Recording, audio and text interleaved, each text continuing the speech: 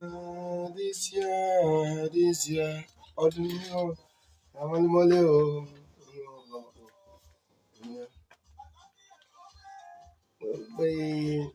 Ó péye sílé mi. Wọ́n ní ẹ fi ọpẹ́ fún Olúwa nítorí tí ó ṣe orí nítorí tí àánú rẹ̀ dúró títí láéláé. Ẹ jẹ́ kí gbogbo ará kó máa sọ tẹ̀bí tará tọ̀rẹ́ tó jùlọ kí wọ́n máa sọ pé àánú ẹ̀ ó dúró títí láéláé. Ọba tó mú wa la ọdún 2022 ògbólógbò ọdún tí gbogbo ẹ̀ ń pariwo ó mú wa là kọjá pẹ̀lú ayọ̀ àti àlàáfíà nítorí tí àánú ẹ̀ dúró títí láéláé. Ó tún mú wa rí ọdún 2023 pẹ̀lú ayọ̀ àti àlàáfíà nítorí tí àánú ẹ̀ ó dúró láéláé. Ó mú wa rí ọjọ́ kìíní, ó tún mú wa rí èní tí ṣe ọjọ́ ajé àkọ́kọ́ nínú 2023 nítorí tí àánú ẹ̀ dúró láéláé. Adágbére lọ́dún 2022 tí í ṣe ọjọ́bọ̀ ìyẹn ọjọ́ Thursday èpè ó tún dọdún 2023 àtúwá débí pẹ̀lú ayọ̀ àti àlàáfíà lọ́dún tá a wà yìí nítorí tí àánú ẹ̀ dúró láéláé. Àánú la rí gbà kì í ṣe nípa ipá kì í ṣe nípa agbára wa ṣùgbọ́n nítorí pé oore ọ̀fẹ́ àti àánú tí a rí ló mú a rí òní ọjọ́ ajé àkọ́kọ́ ọjọ́ kejì oṣù kìíní ọdún 2023. Ẹ sì ti yín láfi kí gbogbo yín pé ẹ káalẹ́ o, ẹ káàbọ̀ sórí ètò yín ètò wa Gbangbalàwà tí àkọ́kọ́ rú ẹ̀ lọ́dún 2023. Ọdún yìí ọdún ayọ̀, ọdún ìgbéga, ọdún àlàáfíà ló máa jẹ́ gbogbo wa. Mo tilẹ̀ jẹ́ pé yìí ń ṣe pàìtọ̀ yìí sì ṣe wòlíì ṣùgbọ́n àwọn náà máa sọ níwọ̀nba tiwọn pé àánú tó tayọ kó jẹ́ ti wo láṣẹ Èdùmàrè. Ẹ̀kálẹ́ lọ́kùnrin ẹ̀kálẹ́ lóbìnrin ìṣàwọ̀ ìṣọ̀gbọ̀n gbogbo pátá kí tọmọdé tàgbà gbogbo pátá kí bẹ̀ ẹ̀kálẹ́ o ẹ káàbọ̀ sórí ètò yín ètò wa. Olúmáyọ̀wá Àbàdìgín MC Mayor Àbàdìgín adé orí àfihàn ògbárò ológun jẹjẹ orí ẹṣin lóníkẹ ẹmúkàlẹ tó ẹmúkàlẹ tọmọ ẹmúkàlẹ tàbí ṣe bá lẹrọ kẹtù tàbí yàsí láyé tòní tí í ṣe ìwúre ọdún tuntun ọdún 2023. Àwọn olùkọ́kọ́ la wà nílé agbára lálẹ́ tòní èmi àti jíkè mi ni bó tilẹ̀ jẹ́ pé àlejò àti wà ní agbára kò dé wa ẹ mọ̀ gbọ́ àgbà lẹ́tù ọmọdé làwọ àwọn tá a sọ sódò ẹja ńlá ló gbé ẹ gbúrò ẹja ńlá lálẹ́ tòní. Ẹ̀ka alẹ́ lọ́kùnrin ẹ̀ka alẹ́ lóbìnrin fẹ́lẹ́ báwo ni lọ́dọ̀ tí. Ẹ jẹ́ kí èmi máa kí n pẹ́ ẹ̀ka alẹ́ ní gbogbo tí afẹ́fẹ́ ìkànnì bá fẹ́ dé lálẹ́ òní. Ìkànnì ohun aráàlú ROCKCITY 101.9 FM náà ni ẹ jẹ́ kí n fi orin Dáfídì 100 kí n fi wọlé lálẹ́ òní. Ẹ hó ìhó ayọ̀ sí Olúwa gbogbo ayé, ẹ fi ayọ̀ sí Olúwa, ẹ wá sí iwájú rẹ̀ pẹ̀lú orin dídùn. Olúwa Ọlọ́run ni ó dá wa, kí ẹ̀yin ènìyàn kó mọ̀ pé tirẹ̀ ni àwa sì ni èèyàn rẹ̀ àti àgùntàn pápá rẹ̀. Ẹ lọ sí ẹnu ọ̀nà rẹ̀ pẹ̀lú ọpẹ́ àti sí àgbàlá rẹ̀ pẹ̀lú ìyìn. Ẹ fi ọpẹ́ àti ìyìn fún orúkọ rẹ̀ nítorí tí Olúwa pọ̀ ní oore ìfẹ́ rẹ̀ sí wa títí láé àti òtítọ́ rẹ̀ láti ìran dé ìran ni. Ẹ wo ẹ káalẹ́ Happy New Year ní gbogbo bí tẹ bá ti láǹfààní láti máa gbọ́ ìkànnì ohun ará ìlú ROCKCITY 101.9 FM.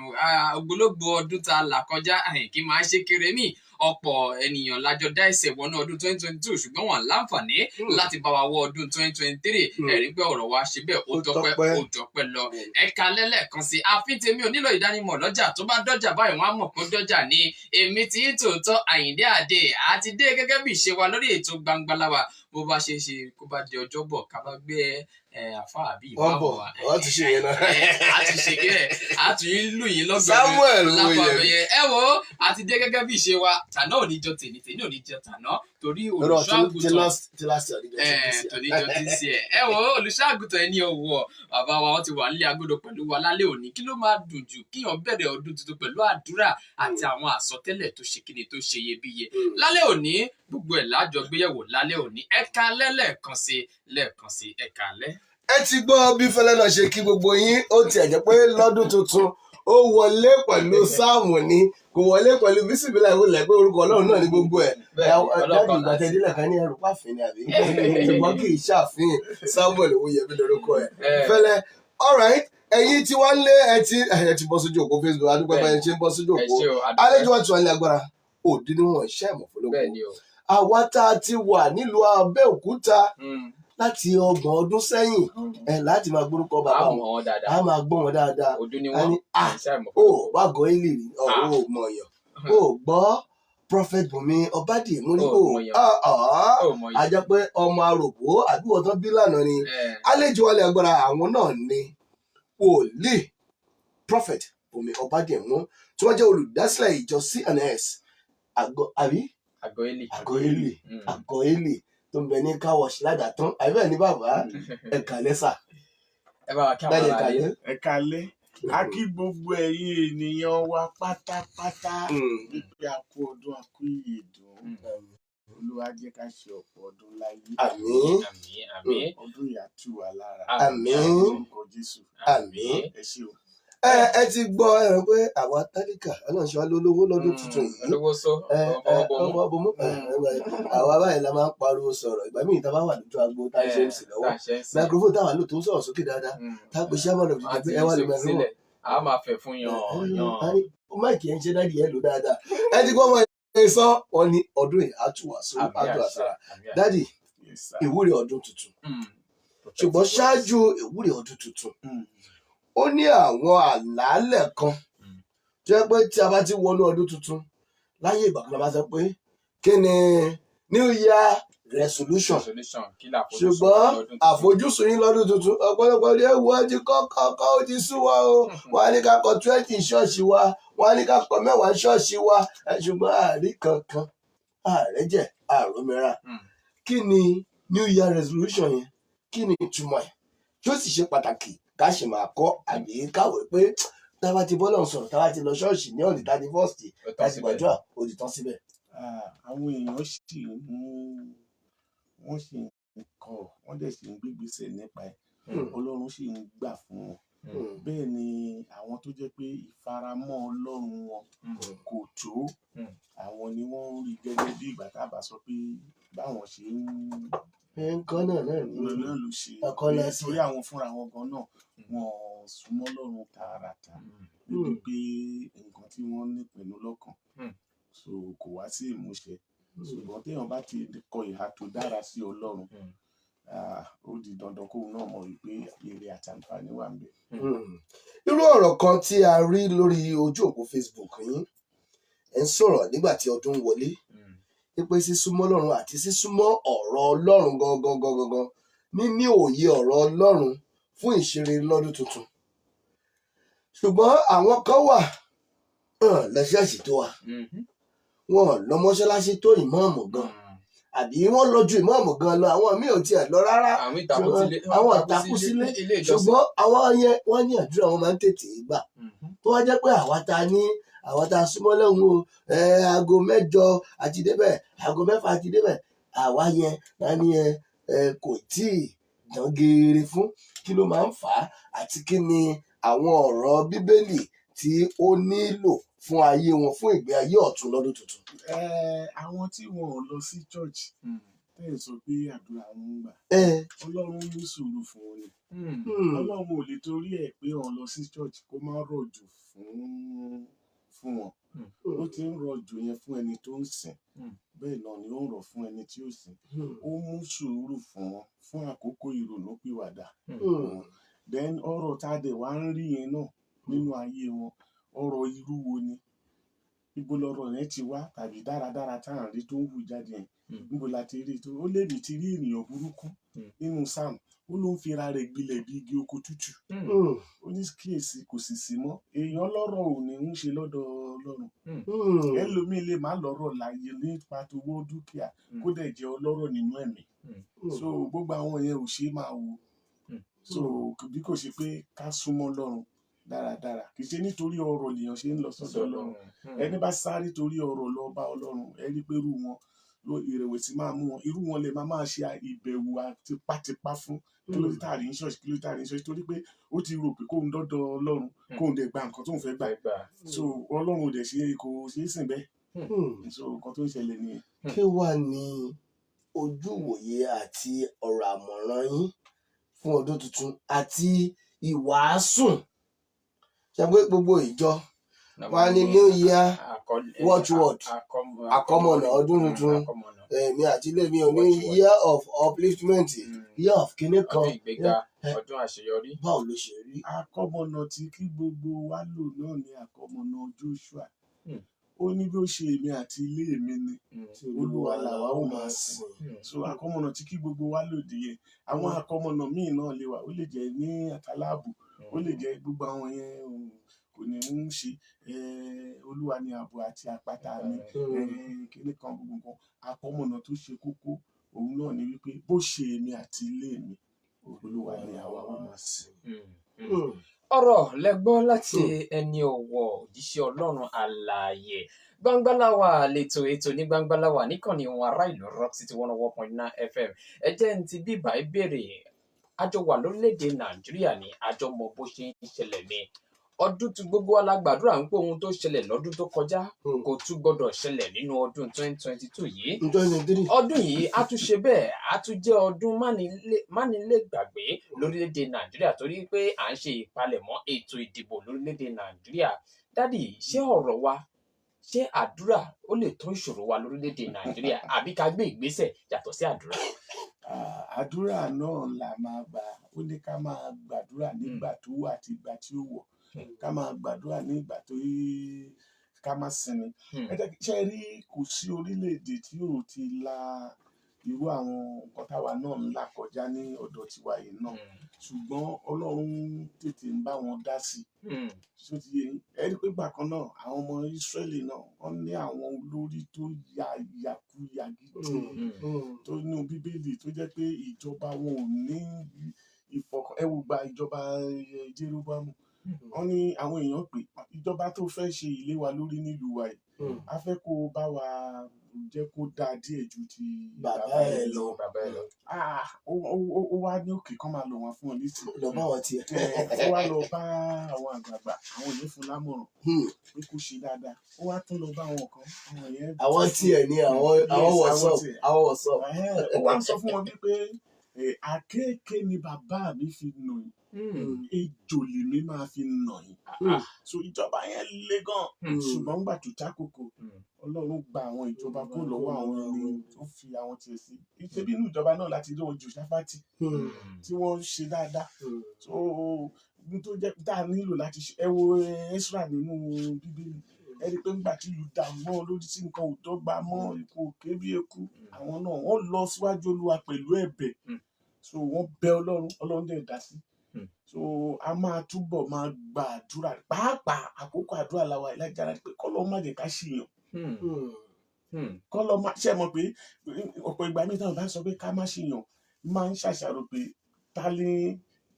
ẹ̀yin tí lẹ́ni tẹ́ fẹ́ yàn èmi tí lẹ́ni tí mo fẹ́ yàn ẹ̀yin tí lẹ́ni tẹ́ fẹ́ yàn gbogbo àdẹ̀ ń gbàdúrà ká má ṣìyàn àwọn tá a dẹ̀ fẹ́ yàn lóríṣiríṣi wọn wà so ìdásí Ọlọ́run tó ní agbára òun ni a nílò ètò Ọlọ́run tó ga ju òye lọ òun la ní tẹ bá wo ní Facebook ẹlòmíà sọ pé eléyìí ló máa débẹ̀ ẹlẹ́ bá débẹ̀ ẹlẹ́ẹ̀lómi ló máa débẹ̀ kò ohun tó ṣe tó wà nílẹ̀ yìí ò rí bẹ́ẹ̀ torí pé ibi tẹ́yìn bá ti ń jẹ náà lè máa tẹ̀ka sí so ibi tí ọ̀pọ̀lọpọ̀ so àwọn èèyàn ò mọ pé nǹkan báyìí ní ẹ̀tọ́ kí n sá ti rí tèmi tí mo fẹ́ rí mbẹ̀ ló ṣe jẹ́ pé ìdásí látòkè tí kò ní àbùlà ní kí Ọlọ́run bá wa fi ṣe ká lè ní ìgbádùn àti ìfọkànbalẹ̀ Ọlọ́run ò dáwọ́ ojúṣe ti ẹ̀dọ́ fáwọn èèyàn láti bless wa ṣùgbọ́n ibi tí wọ́n ti ń wà kí wọ́n sì ń rí wa kí ló dé òjò rọ̀ lákòókò ẹ̀ ọyẹ́ mú lákòókò ẹ̀ but àwa ènìyàn náà ni ẹ mọ̀ pé irú ẹ̀ ti ṣẹlẹ̀ nígbà ayé Samuel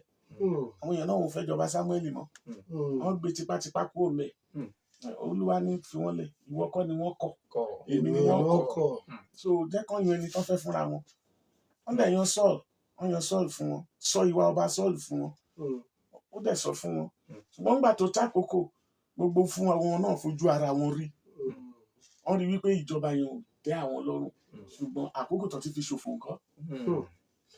dádì ẹ jẹ́ kí mi béèrè kankan ó máa ń rú mi lójú ní orílẹ̀-èdè Nàìjíríà àti ní gbogbo àgbáyé tá a bá ṣe àkàwé ẹ̀ ilé ìjọsìn tó pọ̀ jù ní ti Kìrìsìtẹ́nì ni o ní ti Mùsùlùmí ni o ní ti ẹ̀sìn àbáláyé ni o orílẹ̀-èdè Nàìjíríà ló pọ̀ jù sí ó dé àwọn ibìkan tá a wò ó lọ́tún lósì ó máa gbọ́ pé ìjọ ilé yìí gbogbo àgbáyé headquarter Nàìjíríà ni ìjọ ilé yìí Nàìjíríà ni ìjọ ilé Nàìjíríà ni bí àwọn ìlú kan ń bẹ tí wọn tiẹ̀ ní ilé ìjọsìn tó tó 100 tí ṣe 100 tí gbogbo ẹ̀ sì ń lọ dánmọ́rán bẹ́ẹ̀ àwọn tó ń wá láti ilé òkèèrè máa ní God bless Nigeria. Ọlọ́run bùkún Nàìjíríà pẹ̀lú ọ̀pọ̀lọpọ̀ àlùmọ́ọ́nì tó yẹ pé ẹni tó ti jẹ ààrẹ rí lórílẹ̀‐èdè Amẹ́ríkà ní tó bá jẹ́ irú àwọn tá a ní yìí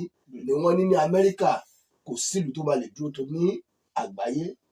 Kí wá níbi tí ó ti wọ́ wá àti kí ni ohun tó tún kù torí tá a bá ní ká gbàdúrà yìí bá a ṣe irú ọjọ́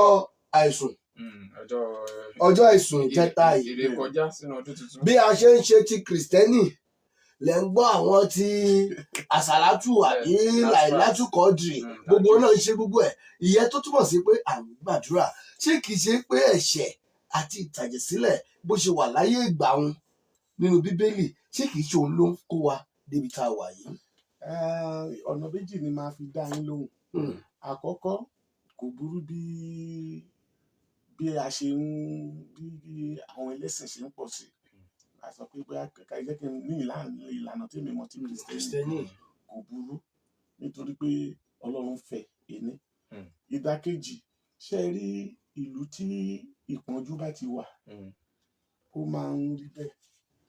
Ọ̀dà ṣé ẹ wà ní London àbá Amẹ́ríkà táìmù lẹ fẹ́ níbi tẹ́yìn tí ń ṣiṣẹ́ lẹ́ẹ̀mejì ẹ̀mẹ́ta lójúmọ́ wákàtí kan ẹ lè fi ṣòfò ṣé ti yé yín.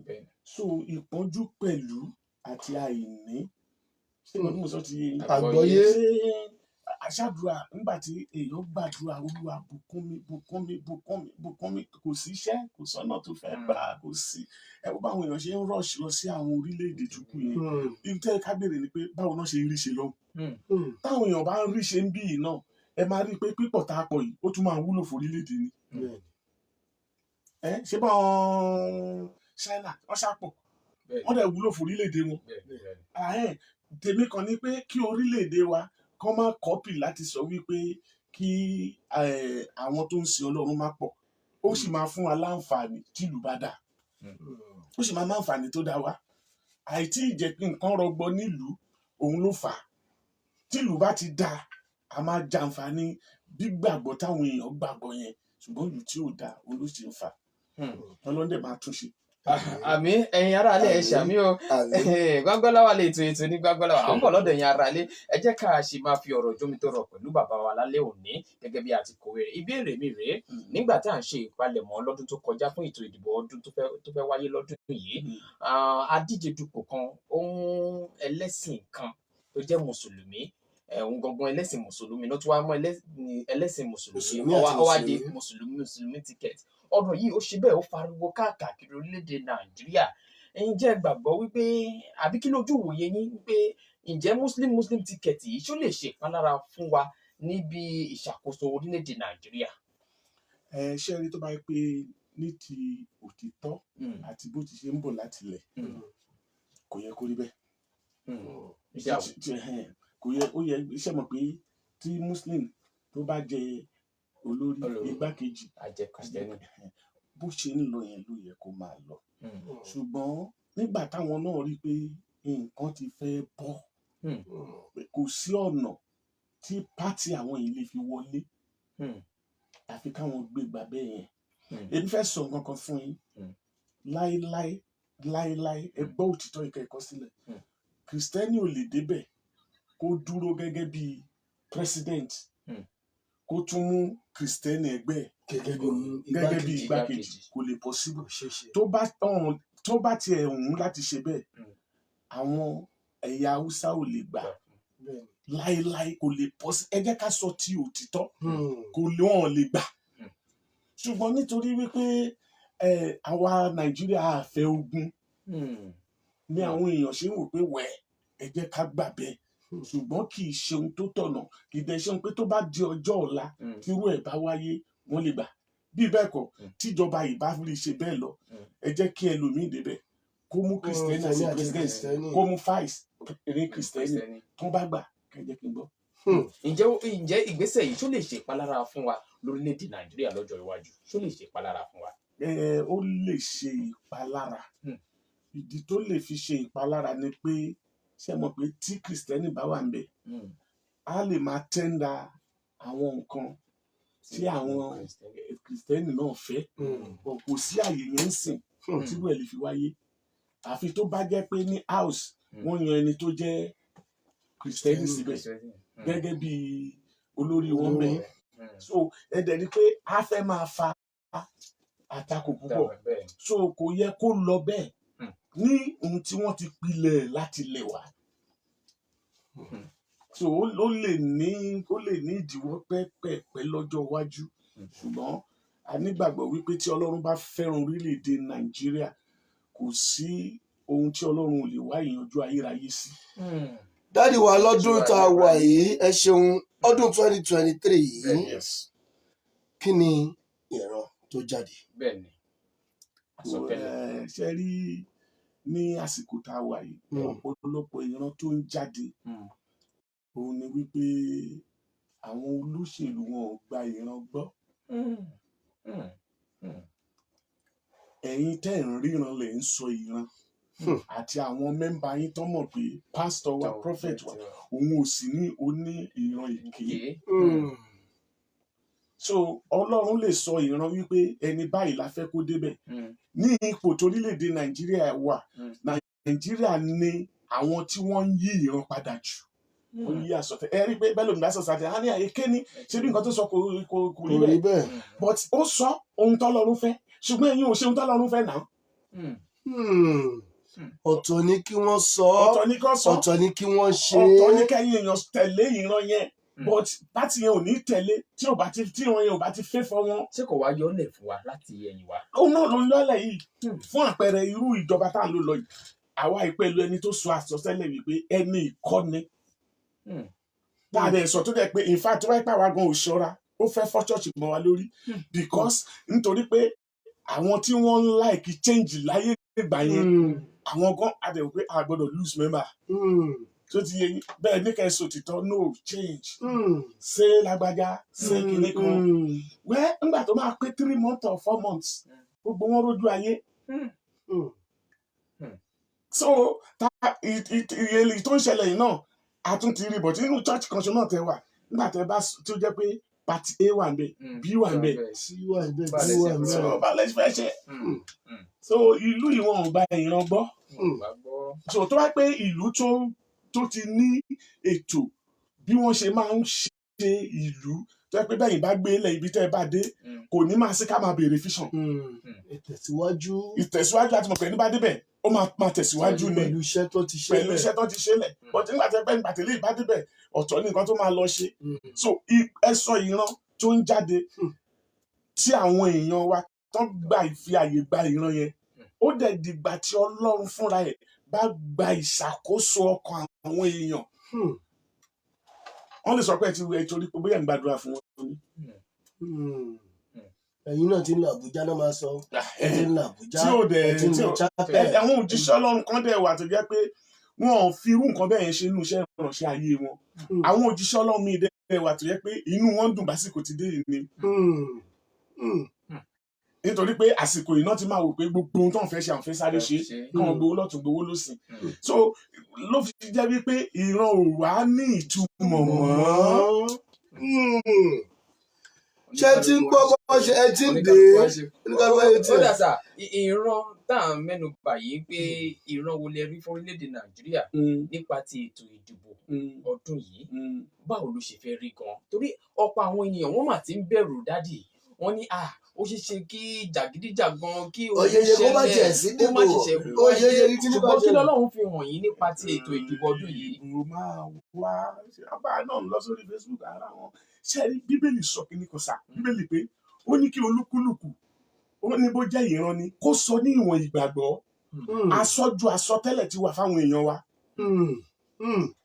Àsọjù àsọtẹ́lẹ̀ Bíbélì ń sọ ní ìwọ̀n ìgbàgbọ́ tó mọ̀ pé ìwọ̀n bá lítù tọ́lọ́run fún ẹni sọ jáde. Kì í ṣe kó máa fẹ̀ lójú kó máa fi kún tàbí kó ohun tó ń jáde nínú kókó ìròyìn òun ló máa wá fi sọ àsọtẹ́lẹ̀. Ó wá ṣe àtúnṣe ẹ̀ ó rí móòdì ẹ̀. Ọlọ́run ò báyọ̀ sọ̀rọ̀ bẹ́ẹ̀ kókó ìròyìn lè sọ pé kọ́lọ́run sọ pé bí. Bàbá yẹ ká lọ sọ́dọ̀ àwọn ará ilé torí dáàdì ẹ sì bá wa súre. Ẹ sì máa súre ìsúre gangan fún orílẹ̀-èdè Nàìjíríà fún ìpínlẹ̀ Ògùn. Ẹ súre fáwọn olólùfẹ́ wa tó fẹ́ pè wọlé iléeṣẹ́ wa yẹ súre fún wa ètò ìdìbò tó ń bọ̀ lọ́nà yìí ẹ bá wa fi sójú. Ẹ wo ẹ̀rọ ìbánisọ̀rọ̀ ò tí ì yí padà 0810786 08107860000 tàbí 0701-132-7096. Ẹ̀yẹ́ tó máa kí gbogbo àwọn tó ti wà lójú òpó Facebook wa mo ti ń rí Sandra Kiola Shuaib Ọpẹ́yẹmí Prince Olúwaṣeun Àbáyọ̀mí Ọbádìmú Ajẹ́ra Màlífà Ajíbádé Tìámíù gbogbo ìpátá la kí pé ẹ ṣé ẹ máa bá a pín torí àdúrà ọdún ni a gbọ́dọ̀ gbà á orí wa ò ní gbè pé àdúrà láà máa gbà láṣẹ ìgbà rẹ̀. ẹnìkan tí wọ́n bẹ̀ ẹ̀kalẹ́ o ẹ̀kalẹ́ sà. Àmì àṣẹ ìgbà rẹ̀. Àmín. Àmín. Ẹ ṣé o. Orúkọ yín àti ìbọ̀lẹ̀ tí ń pè sà. Orúkọ yín ṣáájú orúkọ yín lákọ̀ọ́kọ́ orúkọ yín ọ̀dà.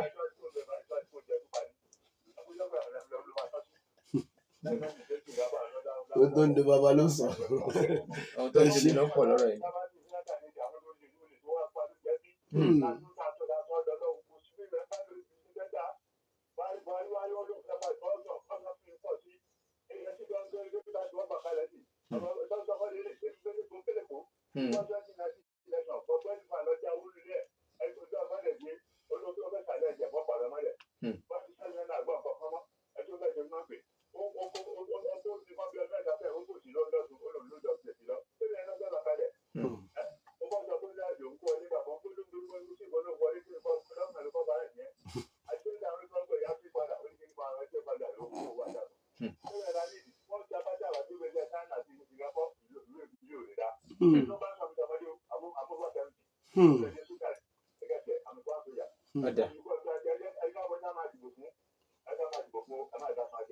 Ẹ ṣé orúkọ yín sà. Ẹ ṣé àdúpẹ́ ẹ jẹ́ ká tún gbọ́ tẹlòmíì gẹ́gẹ́ bí ọ̀rọ̀ yẹn bó ti ṣe ń ká wọn lára sí ẹ̀kalẹ́ bàbá o. same to you ẹ̀mí wá ṣe púpọ̀ rẹ̀ ẹ̀kalẹ́ sà. Ẹ̀kọ́ ọdún. Ẹ̀kalẹ́ sà.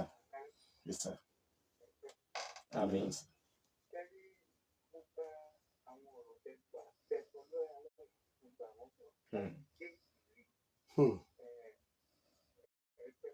Àmín.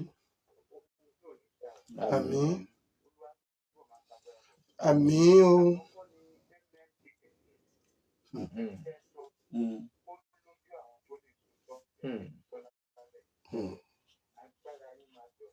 Àmín.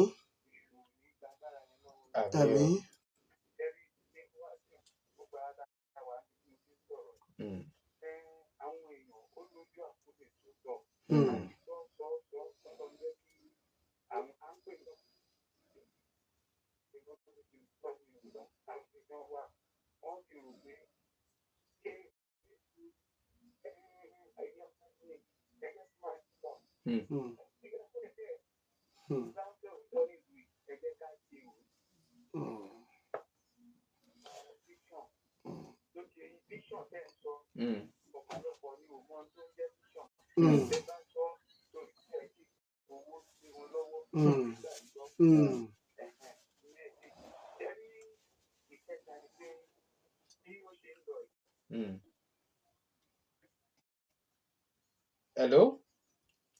Hello. Ẹgbẹ́ ìjọba ti dìgbò ọdún báyìí àti ìgbà December láti ń fara gbá gbogbo ẹ̀kọ́ ń já lóra wọn ló ń kọ́ lóra wọn ni. Ẹlòmíì tí wà lójú òpó ẹgbẹ́ ẹ̀kalẹ́ sà ẹ̀kalẹ́ máa o. Inú wa dùn. Bàbá o. Bàbá ni ẹ bàbá wa ẹ mókè ayé tòrò.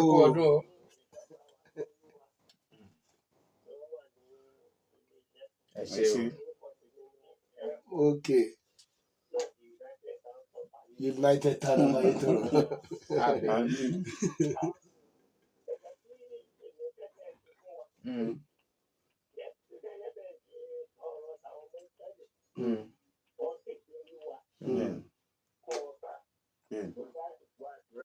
Bẹ́ẹ̀ni.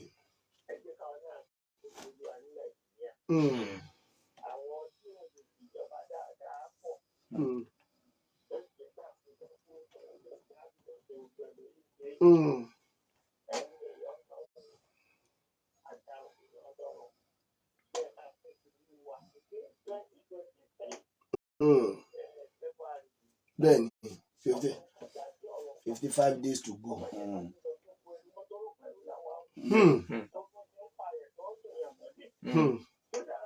Kò dáa o. Ẹ máa gbàdúrà. Àmín. Àmín. Àmín. Ẹ ṣeun sà. Bàbá ẹ mú kí ẹ ṣeun. Apọ́sẹ̀lẹ̀ Bọ́lá rí lójú òpó Facebook ṣe iṣẹ́ fún yẹn gbogbo àtàlà kí wọ́n ní ẹ máa gbàdúrà. Ẹ máa gbàdúrà. Bíbélì ló ní ẹ máa gbàdúrà láìsí láìsàárẹ̀. A ṣe máa gbàdúrà. Ẹ ká gbọ́ ìpè kan àgbẹ̀jì sí ẹgbẹ́ ni. Ẹ̀lú ẹ kalẹ́ o. Ẹ̀lú ẹ kalẹ́ o. Ẹ ti wà lójú ìlà o. Ẹ̀lú ẹ kalẹ́. Ẹ kalẹ́ o. Ẹ kalẹ́. Kalẹ́ sà. Ẹ ti já sí yìí. Yes sir, orúkọ yín àti ibi tẹ́ ti ń pè wá. Ọ̀yá Mr. Ọ̀kẹ́. Ẹ kalẹ́ sà. Ẹ kalẹ́ sà. Àmín.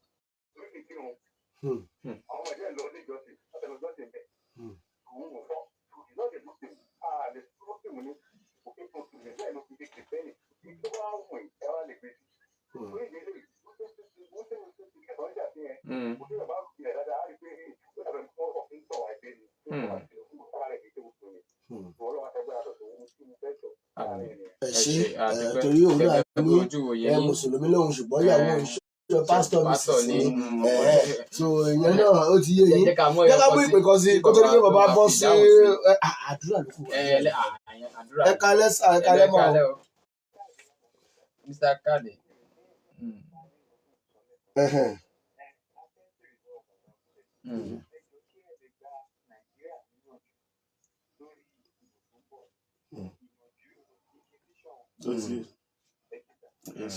Ọ̀dà ẹ jẹ́ ká ti bẹ̀rẹ̀. Ibẹ̀ ó yẹ bá ń ti ojú òpó yẹn ibẹ̀ láti bẹ̀rẹ̀ bọ́ sínú àdúrà ìyànjú nípa ti fún ètò ìdìbò. Ṣẹ̀gbẹ́ ní ọjọ́ àìkú àná Ọbásanjọ́ náà gba àwọn orílẹ̀-èdè Nàìjíríà níyànjú àmọ̀ràn pé àmọ̀ràn owó yín ló wà o. ibi báyìí lèmi lọ o ibẹ̀ dẹ̀ ní kẹ́ ẹ tò sí o. Ẹ fọwọ́ ara yín tún ara yín ṣe o. Kí ni ọ̀rọ̀ ìyànjú yín fún àwọn orílẹ̀-èdè Nàìjíríà lórí ètò ìdìbò ọdún 2023?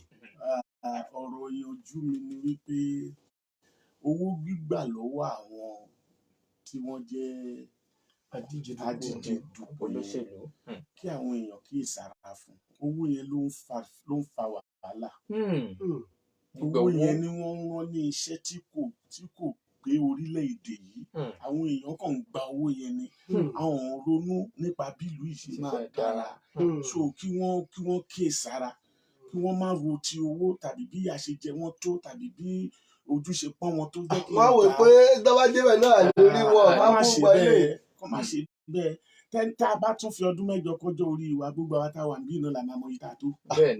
A tún gbọ́dọ̀ lo ọdún mẹ́jọ sórí ẹ̀ náà pẹ̀lú wàhálà ṣùgbọ́n kíyèsára ẹni tí ọkàn wọn bá yàn pẹ̀lú àdúrà oníkú tó kú báyìí ẹni tí ọkàn ṣe rí ìbò tó ń bọ̀ yìí a gbọ́dọ̀ ṣe ìyànsá ó léwu gan-an. Ó léwu àgọ́mọ̀ torí ewu tó níyẹn láti fi àdúrà ta pè ní ìwúre ọdún tuntun kó bá a dá sí ẹ ká bẹ̀rẹ̀ láti bẹ̀rẹ̀ torí àwọn ọmọ àdúrà gbà ọ̀pọ̀lọpọ̀ wa dábàá tí ìdọ́dọ̀ ẹ̀yin prọfẹ̀tì ẹ̀yin pàìtọ́ wa ẹlòdọ́dì ewu kíní kan ti ṣe mí báyìí o ẹ gbàdúrà fún mi o. Kí ló ṣe tó wọ́n fi lè bọ́ lọ́sọ̀rọ̀ torí pé ìgbàgbọ́ ta ti ní pé ẹ̀yin ni intermediary láàrin wa àti Ọlọ́run torí àwọn consecration yín bẹ́ẹ̀ ìṣẹ́ra yín àti àwọn ọkọ̀ dájú ẹ gbọ́dọ̀ fún orílẹ̀-èdè Nàìjíríà. Olúwa Ọlọ́run alágbára, a dúpẹ́ lọ́wọ́ yín ibi tẹ́ ẹ ran orílẹ̀-èdè Nàìjíríà lọ́wọ́ dé.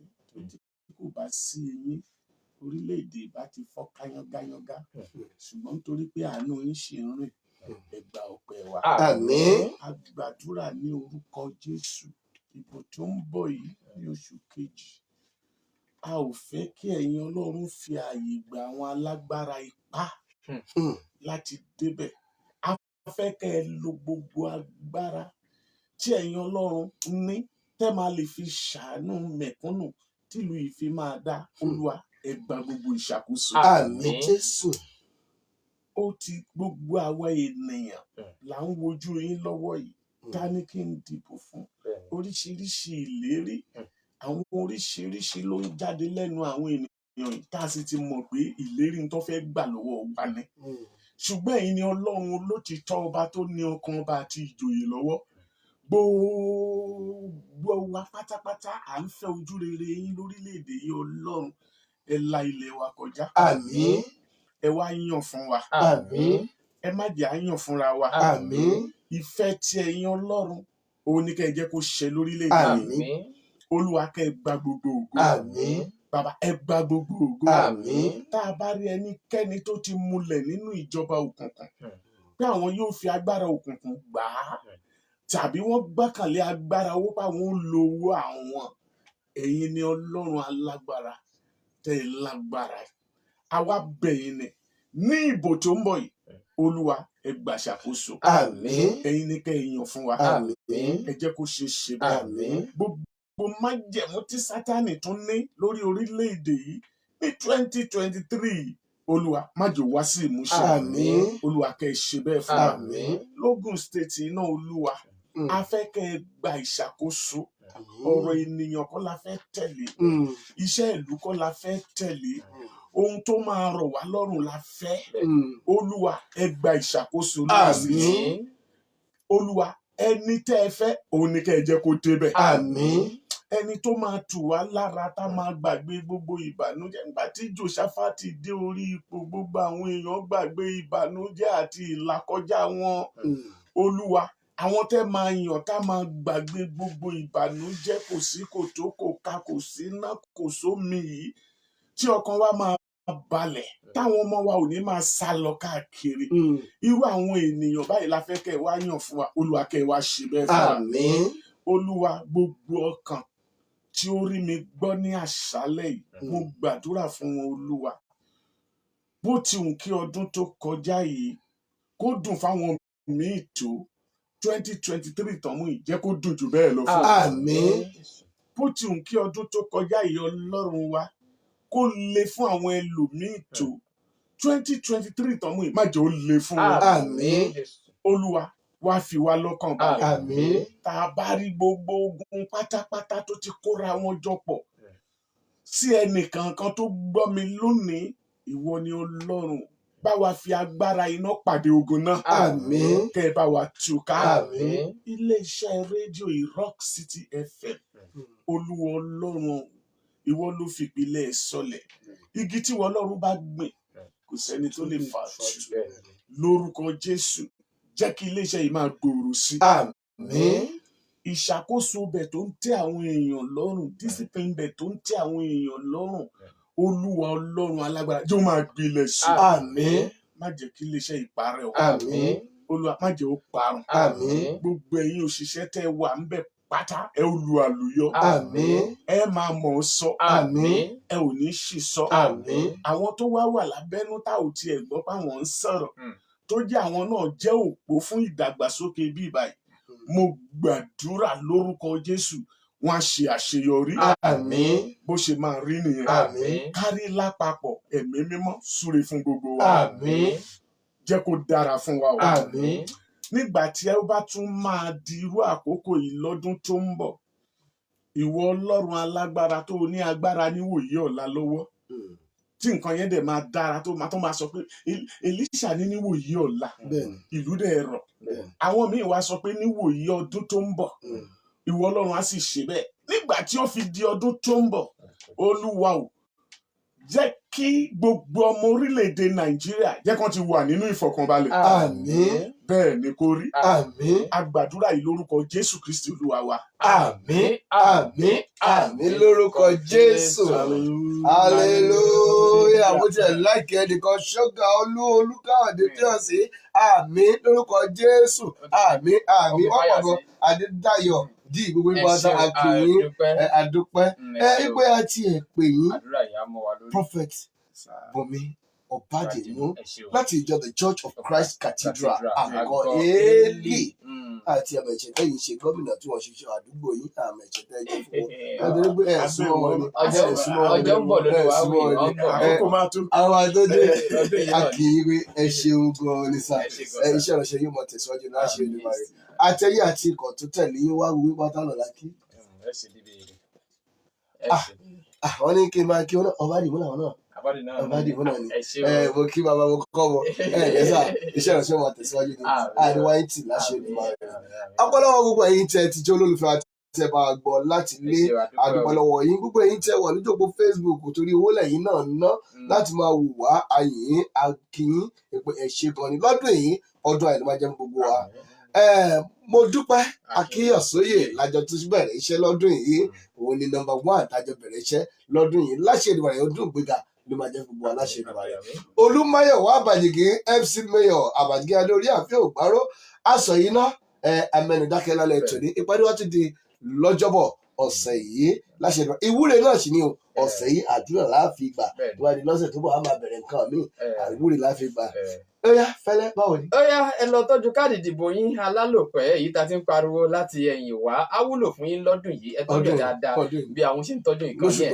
àfi tèmi ò nílò ìdánimọ̀ lọ́jà tó bá dọ́jà báyìí wọ́n á mọ̀ pé dọ́jà ni èmi tí ń tòótọ́ Olúṣẹ́gun Owóyẹmí lórúkọ mi fẹ́lẹ́ ni gbogbo èèyàn mọ̀ mí sí àní tójú oorun dójú ikú ire kàbìtì.